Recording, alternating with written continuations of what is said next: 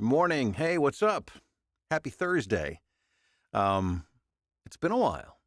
Let's see here. Let's make sure. Yeah, we are connected on Facebook and now we are live on YouTube. There we go. It has been a while, and my intention was originally to be on yesterday morning. However, my work was so backed up when I got back that I just had to block out the entire day to uh, to catch up, which I haven't quite done, but but I'm getting there. I am getting there.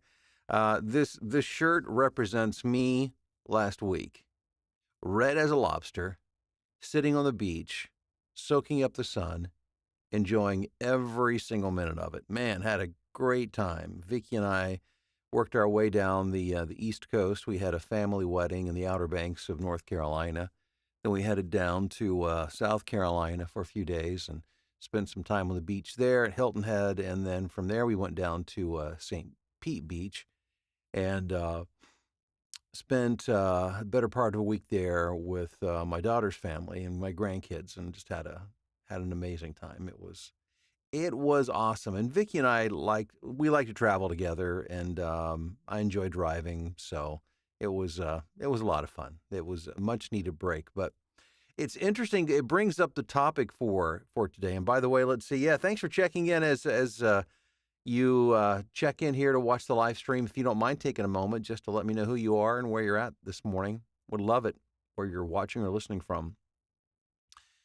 So this was one of those examples of everything that could go wrong did go wrong, and it started with in Hilton Head. My plan was to actually work for a few days, which I did, and I took my equipment, and I have redundancies of everything, um, microphone, audio interface, and so and I took this mic with me, the one I use here in the studio.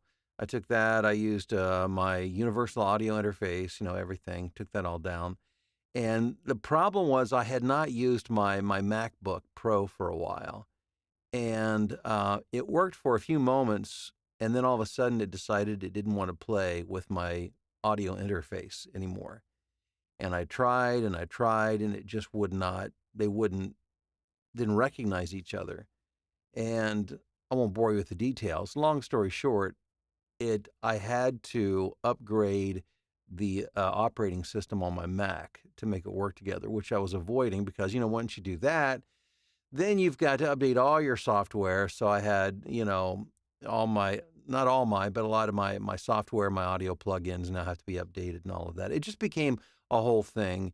And I was having problems getting good audio quality, and I don't know if for some reason when I used the Neumann down there, I didn't have a problem using this microphone, the Sennheiser 416. Um, I just couldn't get the same quality in my less than optimal setup. But anyhow, I was able to survive, so I got through that. And then I came home and got things set up and was ready to roll, only to realize that I did not have internet. And long story short, had to call my provider. They couldn't get it fixed remotely, so they said the first time that they could get a technician out here would be today to do that. And I found out through somebody I know that they thought it was a coaxial problem, and turned out it has some painting we had done recently where we had to have um, where the coax, trying to think of the right words to use, like, where it's set in the wall, the outlet in the wall needed to be moved. It was like in the middle of the wall, needed to be moved down, and they did, and had to undo the coax, and the coax had not been wired back properly. And so that created a whole thing. So finally was able to get everything up and running. And so I thought maybe we'll just talk about that a little bit. What happens when things just don't go the way you plan and your first thought is panic? Because that was my first thought. I thought, crap, I've got all this work to do. And when I got back, I was already behind the eight ball, and I needed to be productive, and I needed to get stuff done, but I couldn't. I was using, by the way, here's, I guess, one point that would be important or helpful to know is that your phone, if you don't know this already, your phone can serve as a good hotspot. In other words, it can get you online. You may have to pay an extra fee to do that, but with my iPhone, I do have the ability to set it up as a hotspot. So it's not the fastest, but in a pinch, it will allow me to do my email and send audio files, especially small ones. But larger ones it can. It just takes a while. So it allowed me to get up and running. But what it really is not very dependable on or with would be things like Source Connect or Skype. And I had 2 sessions yesterday that required internet connection that were directed sessions. And so I was a bit panicky there.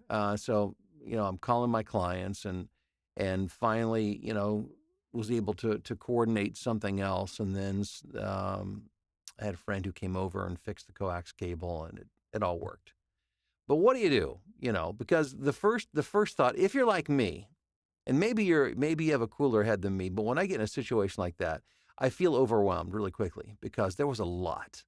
And the last thing I want to do is to disappoint a client because my livelihood depends on my ability to serve people and to serve them well and to their expectations. And it looked like all hope was lost there for a moment. Thought, I can't do this. This is not going to happen.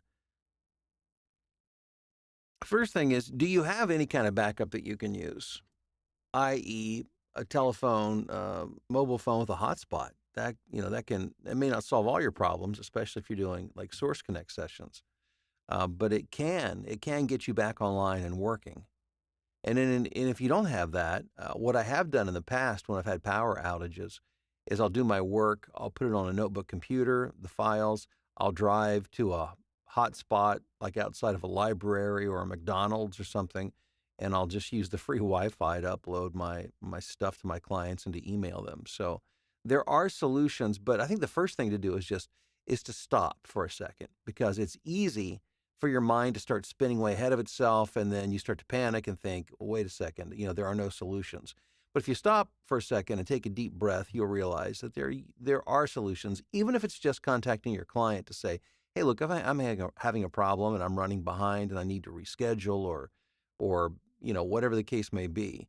Because that was the first thing I did. I reached out to my 2 clients that I had directed sessions with and said, look, we need to take another approach. In which they were very reasonable and, accommodating and all of that. But you stop to take a breath.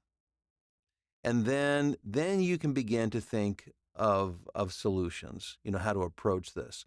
But the main thing is, it's just when everything goes wrong, realize it's not just you. It happens to everybody. I just proved that this weekend. I mean, it doesn't matter who you are. It doesn't matter how long you've done this. Stuff is going to happen. And you just have to know it's going to happen and don't expect that it won't, because when your expectations aren't met, that's when we start to panic. So when things go wrong, just realize I knew this would happen at some point. And if you are prepared by and it might be having redundancies in your equipment, having backup, and maybe you can't afford to do that immediately, but as your business grows and you're able to have a backup microphone, a backup audio interface, a backup computer, all of those things can serve you very well. Having a phone with hotspot capability, or at least have a plan, a place where you can drive to get free Wi-Fi so that you can email and upload files, and that kind of thing. And if you've got a friend who knows coaxial cable wiring, that can be helpful too. But when cooler heads prevail, usually you'll find that clients are pretty reasonable to work with and that there are solutions. But you've got to stop and take a breath and think through those things. So, okay, let's see what we've got here. JJJ, good morning. Hey, what's up? Wanira, hello, how are you this morning? Martin, good morning. Megan, what's up? Sally, I am well, thank you. I hope you are too. Benton, good morning to you. Thank you. It's good to be back. Hey, Rafiq. Good to be with you too. Hey, Alex. What's up? Hey, yeah, Alex, you caught the live stream. I love it. Hey, Tom, morning from South Florida. Man, I tell you what, I loved being. I wasn't in South Florida. I was in Central Florida, over in the Tampa Bay area.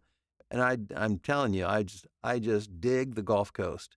Not that I don't enjoy the Atlantic coast. It's great. But there's just something about the white sands of the Gulf Coast and the clear water. My goodness. No wonder they named the city Clearwater, right?